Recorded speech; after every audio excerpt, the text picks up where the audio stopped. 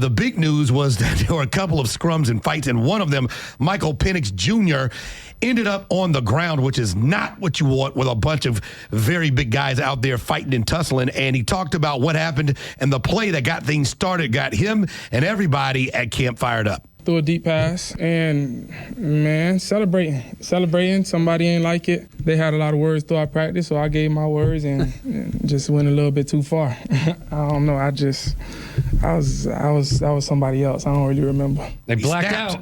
He snapped. And he's not a guy. He talked in the presser about not being a trash talker.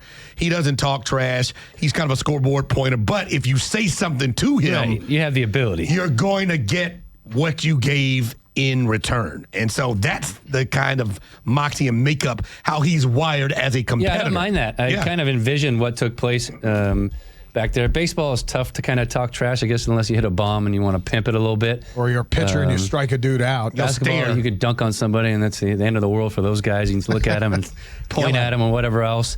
And then football is kind of the ultimate, where you can moss somebody, you can just blow somebody up, you can pancake some dude. Talk to all game. Yeah. Usually, covered by the same position group or player. Right. So if you're a wide receiver and the same DB is battling you, you can talk all game long or vice versa. It's usually somebody running their mouth. I used to do it with Keith Brooking across the line of scrimmage. That was a smart guy to do it, too. I was on the outside. You were putting your life in danger. I didn't have to worry about him too much, but the linemen weren't happy with me. So you get those guys fired up just a little bit, and then something snaps like it did yesterday. So I like the fact that Michael Penix kind of ran his mouth a little bit for a second. And those guys from Florida, factor. I'm just going to tell you, those guys from Florida tend to be a different breed. They run their mouths just to run their mouths. It's kind of growing up down there. It's hot. It's miserable some days. You got to be a trash talker, and that stems all the way back to like Pop Warner. Kids start talking trash even at the quarterback position. So I like that we have a dude that's got some dog back there. We've needed that. He said there was one thing about the fight he did appreciate, and I guess every single player and quarterback would appreciate it too.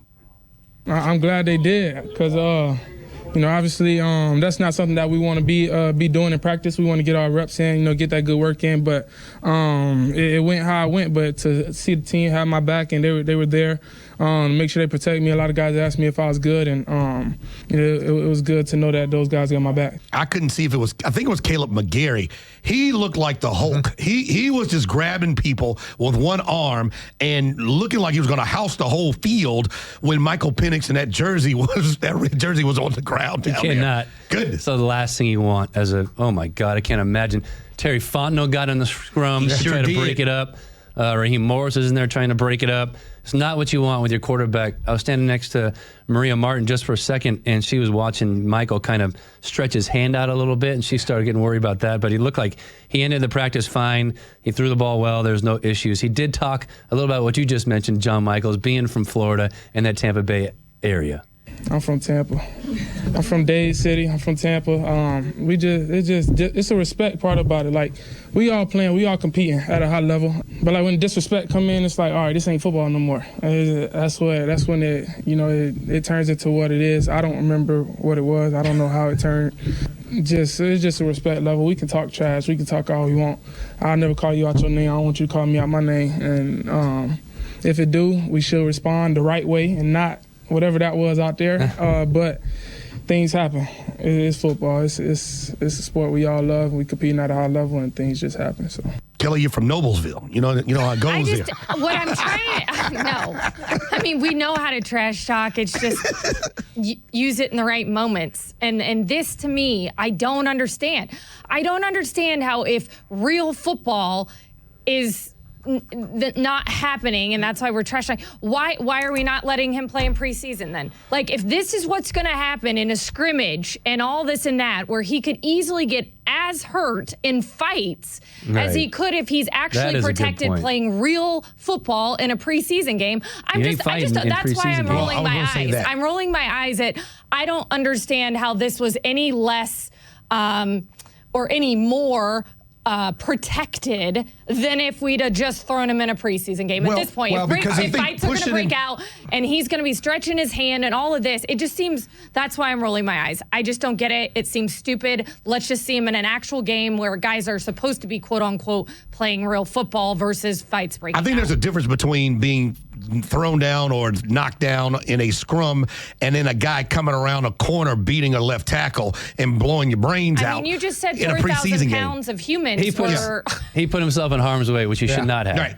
He got triggered. He did. He got triggered. I don't care what anybody. People say crazy stuff on the football field. You heard the Florida come out of him. He certainly did. Well, it's funny. Everybody's reaction because D. Lid, AJCB, ready to say, well, I'm from Cleveland. And it was a part of me that said, well, I'm from Decatur. But he was like, look, everybody has a button and a line. And when you cross his line is you can talk. But if you say something that's really foul or you get in my face, there could be an issue. I like the fact we have a quarterback like that that just isn't, all right, move on to the next play. It's a series of words normally strung together that end up, and we cannot say them on the radio.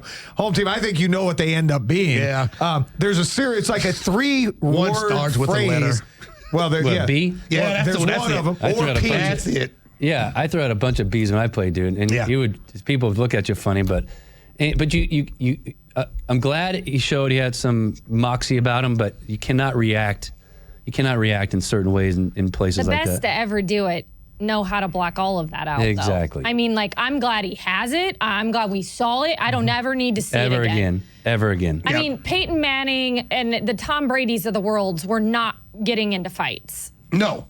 But they just weren't. Tom Brady runs off at the mouth. I didn't say they didn't run their mouth. Right. I said they knew when to harness the rest of it. Yeah, well, it was one of those things where it got out of hand quickly. I think the Finn's point, after they fought for 5 times, they were tired, and then they focused in on the football. So I will say, that is one of the things having the joint practices. You are going to have more of those because you cannot fight in a regularly scheduled, clocked in time and officiated game. That being said, I think it's more of the aggression. What I saw, my breakdown of fights were, it's the defense usually because they can't tackle and they can't hit. What they do is they hold and they grab longer than they normally would.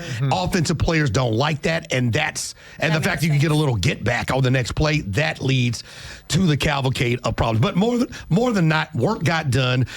Everybody liked the fact that it was laid out. And Brian Callahan and Raheem Morris, they need to get a lot of credit because it was very well organized, and they got a lot of work in. Both teams got a lot of work in. Tennessee's got a rookie quarterback, and we have a guy starting for the first time. They needed all of those reps that they got. Yeah, Cam Ward looked good. He found Calvin Ridley a couple times and some other players on that side of the football. So he's an impressive individual, kind of thick. Looks like he belongs in a uniform and a quarterback position. So keep an eye on him and see what he does with his team. Not a lot of expectations for the Titans, but maybe he does. Well, the over-under was almost the same as ours, so maybe the expectations are about the same.